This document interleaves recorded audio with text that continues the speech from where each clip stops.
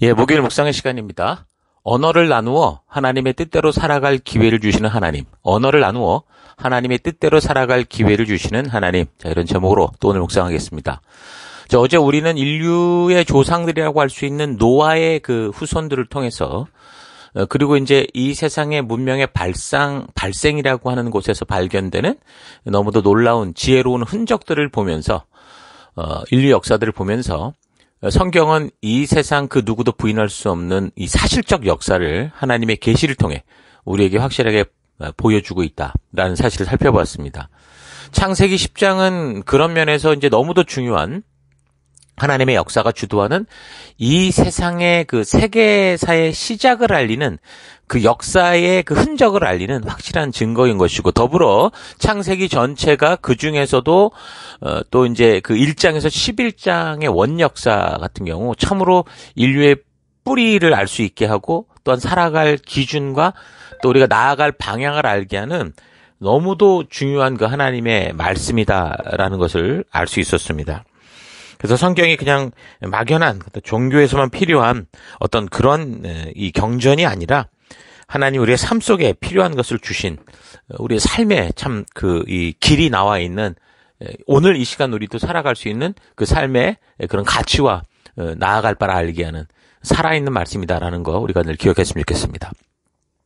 자, 계속해서 이제 11장을 살펴보면요. 11장에 이제 바벨탑 사건이 나오죠. 성경을 이제 역사적이고 우리가 연대기적으로 살펴나간다는 것은 지금 이제 각 장과 그 절이 다 그렇게 완전히 그 시간적 배열에 맞는 그 역사적 순서로 정확하게 기록됐다, 그런 의미는 아닙니다. 그러니까 전체적인 흐름을 볼 때, 그러니까 사건으로 볼 때 우리가 이제 연대기적인 사건들을 이렇게 순서로 찾아가서 그 일의 전후 좌후 또 자초지종을 알게 되면 바르게 그 상황을 이해할 수 있게 되는 그런 방법으로 나아가고자 하는 거죠. 그래서 지금처럼 이제 11장에 나오는 바벨탑 사건도 10장 이후에 뭐 바로 발생했다 그런 게 아니라 그 바벨탑 사건에 따른 핵심적인 중요한 포인트와 또 대략적인 설명들을 해 나가고 있다라는 것을 우리가 잘 염두에 두고 전체적인 그 역사의 흐름을 따라 잘 이해할 수 있어야 됩니다. 바벨탑은 창세기의 족보와 수명을 근거로 따져보면 노아의 5대손이었던 벨렉이라는 사람의 시대에 발생을 했다, 그렇게 말하거든요. 또 홍수 후 얼마쯤 시간이 지난 때냐면 한 101년 정도 볼 수 있습니다. 그리고 이 벨렉 시대라고 그랬으니까 이 사람이 태어나면서부터 죽을 때까지라고 시간을 본다면 길어야 한 340년 사이로 추정이 되죠. 아마도 세계사의 역사로 볼 때 그 수메르 문명이 막 시작되던 그런 때와 겹쳐지는 것을 분명히 알 수 있습니다. 그러니까 노아 나이 600세 때, 그러니까 창조로부터 따지면은 1656년이 흘렀을 때 이제 홍수 심판이 있었고, 그리고 이제 창조로부터 따지면 1757년 되는 때에 벨렉이 출생하게 되니까, 또 홍수로부터 따지면 101년. 그때 이제 노아의 그 5대 손인 벨렉이 출생을 하는 거거든요.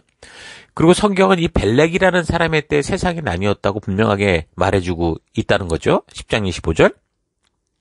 에벨은 두 아들을 낳고 하나의 이름을 벨렉이라 하였으니 그때의 세상이 나뉘었으며 벨렉의 아우의 이름은 욕단이며. 그러니까 바벨탑 사건은 벨렉이 태어나면서부터 그가 죽을 때까지의 시간, 그러니까 홍수 후 101년부터 벨렉이 239세를 살았으니까 그의 출생으로부터 죽을 때 분명히 그 사이에 벌어진 거라고 알 수 있다는 겁니다. 그래서 그가 태어날 때 나뉘었는지 아니면 태어난 후 100년이냐 또 태어난 후 200년이냐 뭐 그건 정확하지 않기 때문에 홍수 후 101년째부터 플러스 한 200년 정도의 사이에 이 바벨탑 사건으로 이 언어가 나뉘는 일이 있었다라고 보는 겁니다.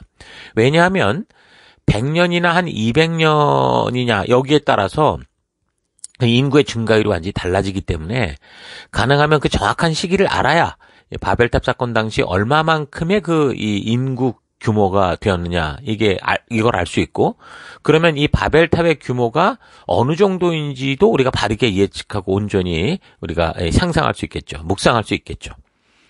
그렇지 않으면 우리가 묵상하는 근거가 너무도 잘못된 근거로 상상을 하게 되기 때문에 어떤 사건을 하나 볼 때 이 사실에 근거해서 가능하면 바라볼 수 있어야 바르게 우리가 그 사건을 볼 수 있지, 전혀 그 사실에 대해서 알지 못하고 그냥 상상만으로 만든다면 이거 완전히 소설이 되고 마는 거 아닙니까?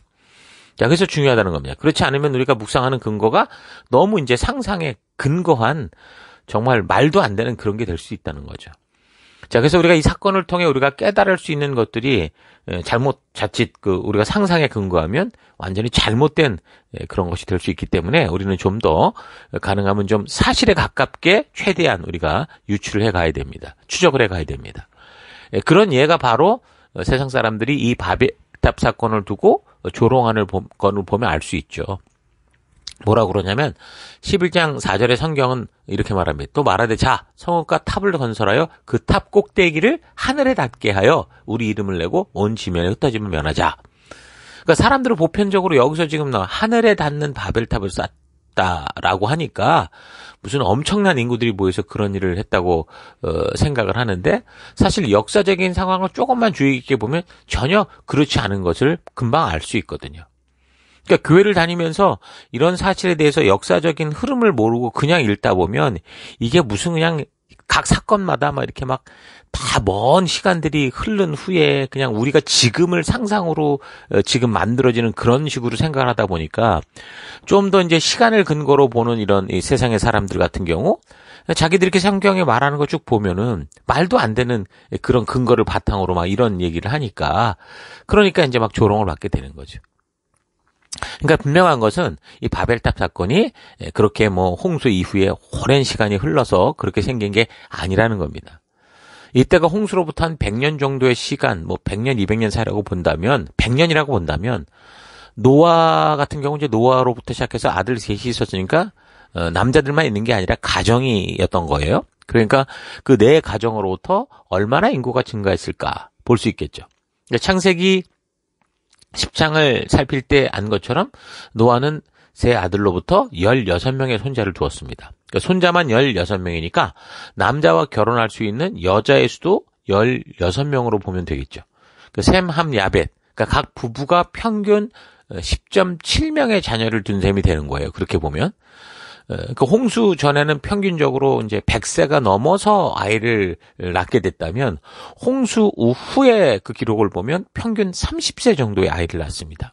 자, 그렇게 보면 홍수 후 100년 정도면 한 세대가 지금 30년씩 흘러간다고 할 때 3세대가 나오게 되겠죠. 200년이면 7세대가 나오고 300년이면 이제 10세대가 나오게 되는 겁니다. 그러니까 방주에서 나온 1세대, 그러니까 노아의 그런 자녀들과 첫 세대가 태어날 때 이제 32명 16쌍이었을 것이고, 그 후 세대들이 한 가정에서 평균적으로 12명의 자녀를 낳는다라고, 그러니까 6쌍을 낳는다고 가정을 하면, 대략 2세대는 108쌍, 3세대는 648쌍, 4세대는 3888쌍, 5세대는 23,328쌍, 이런 식으로 증가해 가거든요.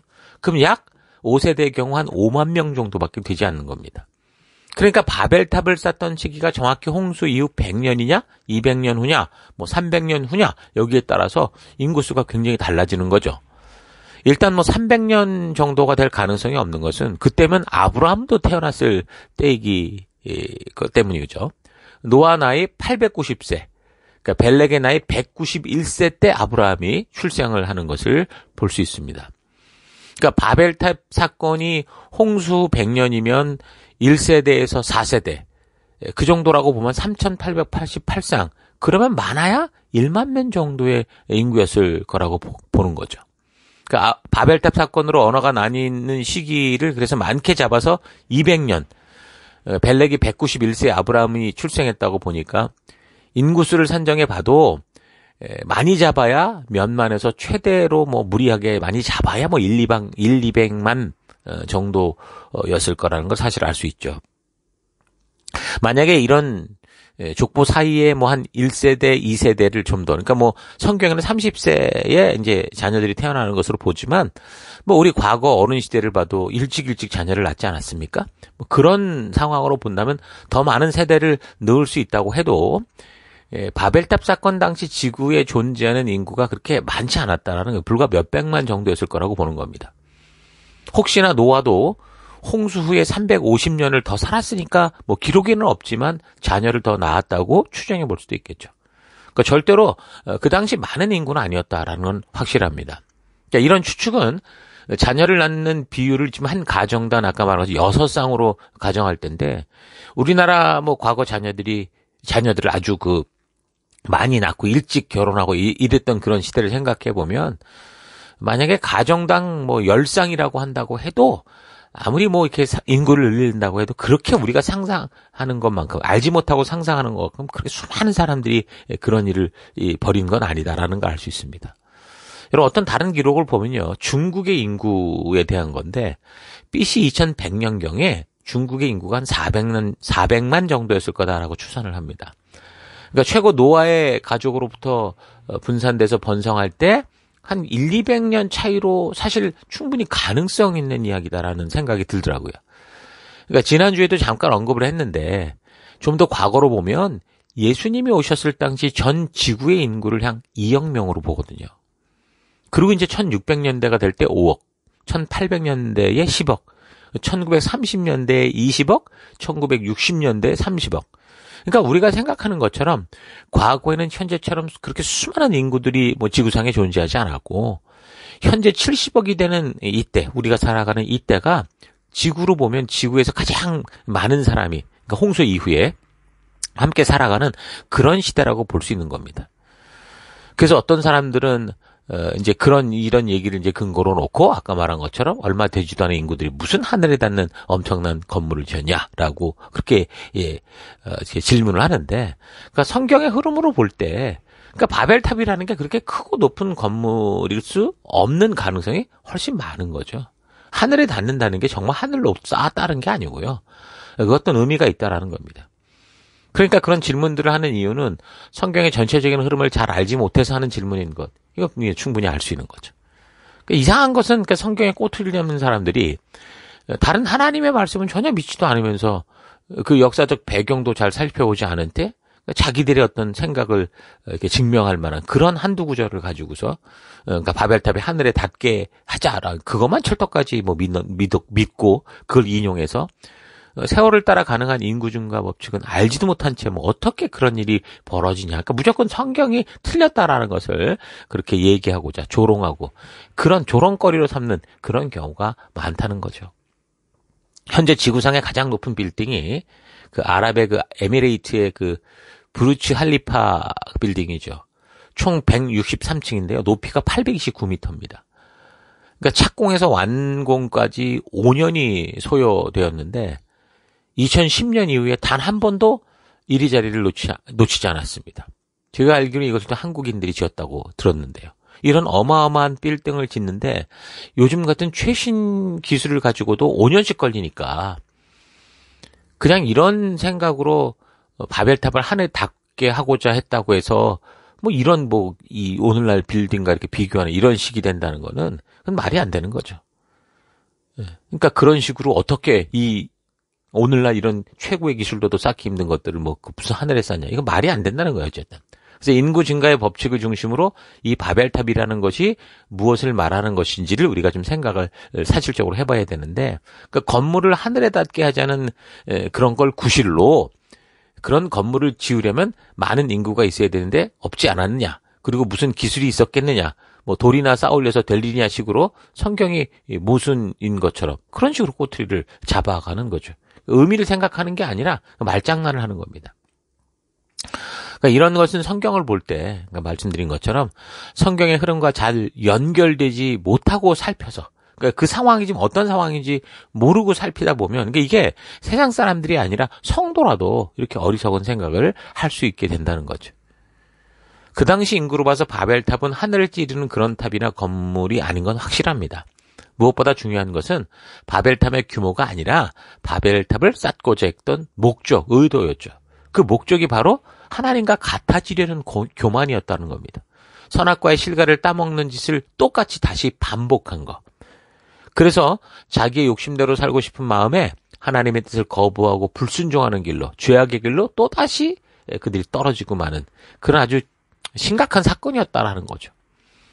그러니까 바벨탑 사건을 통해서 분명하게 알 수 있는 것은 홍수 이후 후손들은 이제 점점 분명히 늘어나고 있었고 이제 여기저기 막 흩어져 이제 생육하고 번성해 갔지만 노아가 홍수 후에 이제 350년 동안 살아가면서 분명히 하나님의 심판과 하나님의 뜻에 대해서 분명히 외치고 전하였을 것인데도 그 후대들은 바벨탑을 쌓고 점점 더 하나님을 향한 믿음은 식어져 갈 뿐이다. 그것뿐만이 아니라 이 홍수의 증인들이 외치는 조상들의 외치는 그 하나님의 살아계심, 하나님이 어떤 분이신지 이걸 분명히 듣고 알았을 텐데 눈에 보이지 않는 영적인 분이다라는 것 때문에 또한 하나님께서 인격적으로 일하시는 그런 분이라는 걸 이들이 아마도 알았겠죠. 왜냐하면 자기들이 하나 둘 잘못을 해봐도 뭐 그렇게 뭐 즉각적으로 뭐가 죽거나 이런 게 아니니까. 그러니까 하나님의 그런 사랑과 인내를 아마도 알았을 거라고 봅니다. 그러다 보니까 하나님의 그런 모습을 오히려 어떻게 하는 거예요? 우습게 여기고 노골적으로 자기의 욕심을 채워가는 그런 삶을 살았다라는 거죠. 가끔씩 우리 자녀들을 보십시오. 부모가 어떤 자녀들이 잘못을 할 때 바르게 이렇게 교훈하고 훈계하지 않으면 아이들은 점점 더 심한 일들을 해가죠. 그러니까 인간이라는 게 그런 존재라는 겁니다. 제가 볼 땐 그래서 하나님께서 그러니까 결국은 이런 식으로 사람의 마음이 기본적으로 부패하고 악해 있는데 욕심이 퍼져나가기 시작하면 그거를 이제 잡아낼 수가 없는 거죠. 하나님의 능력이 없다는 게 아니고 자유지를 주신 하나님의 의도를 보면 결국 사람들 안에서 이런 이 죄악으로 말미암는 이런 폭풍으로 인해서 결국엔 또다시 스스로가 이제 죽음의 길로 가는 그 결과를 낳게 된다는 겁니다. 그래서 하나님께서 하신 조치는 언어를 나누시는 거였습니다.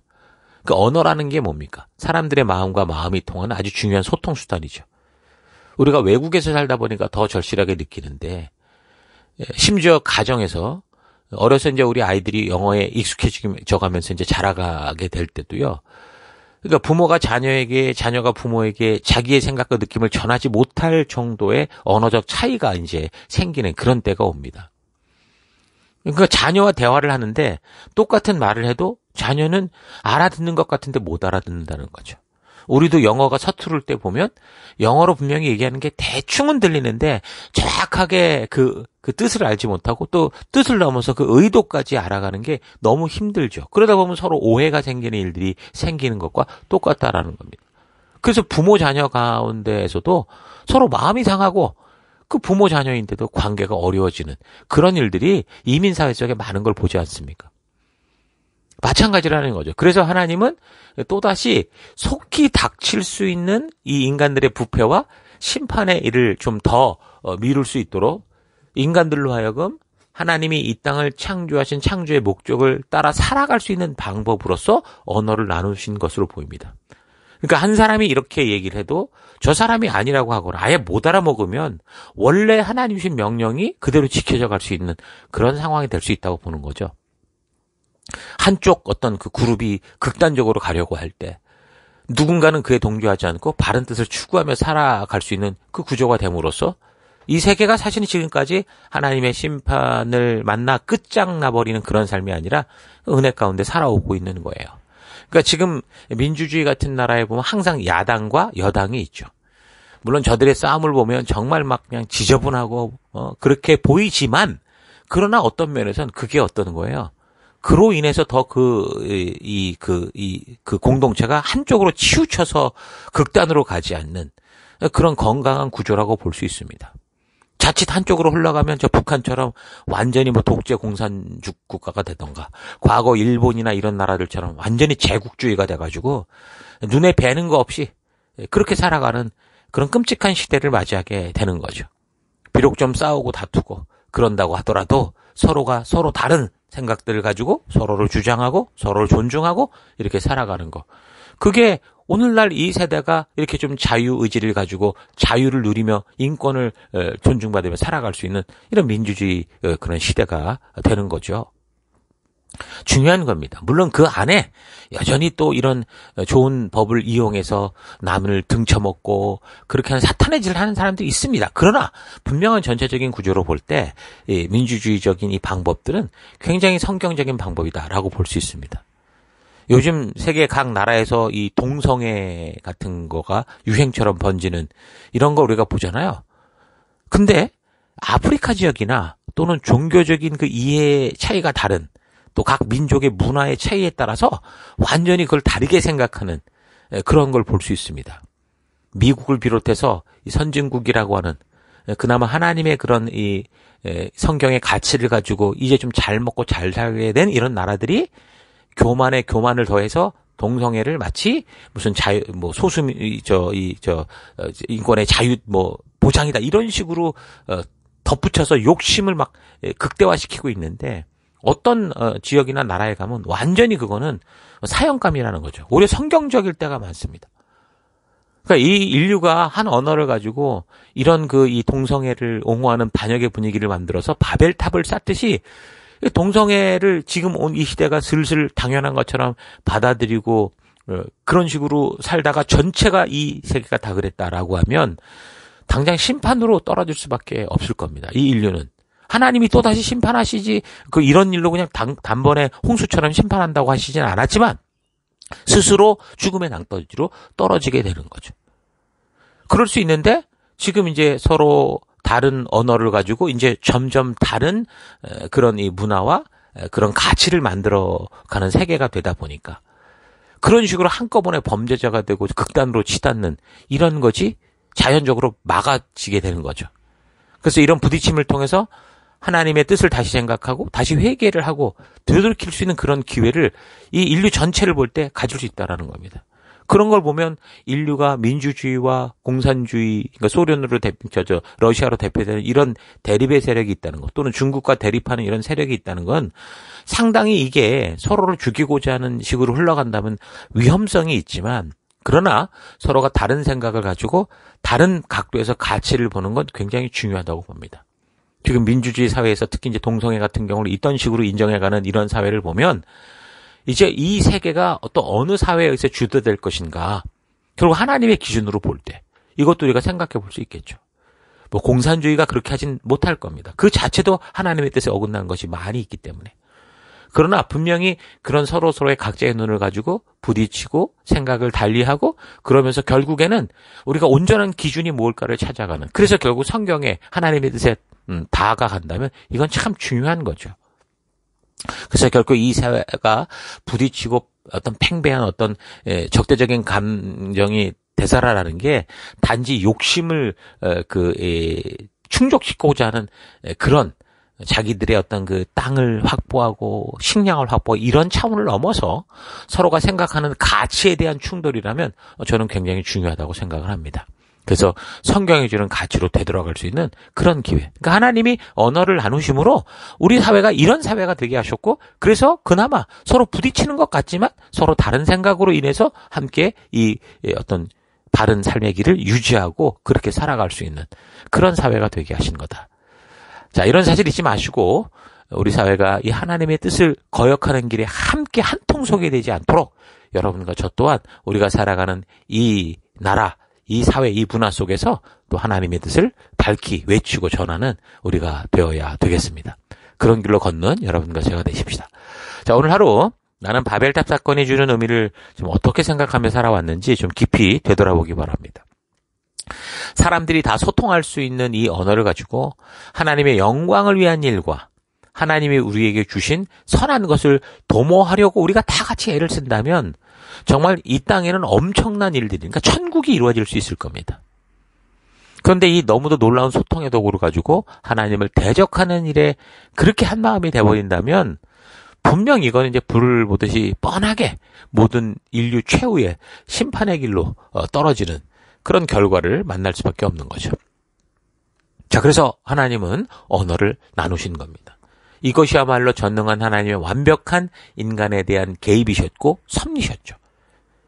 막 아무데나 와서 우리가 기도하면 무당이 무슨 뭘 불러내듯이 이 짓하고 저 짓하고 신이 막 쫓아다니면서 이런 일을 하는 게 아니고요. 하나님은 이런 식의 개입을 하십니다.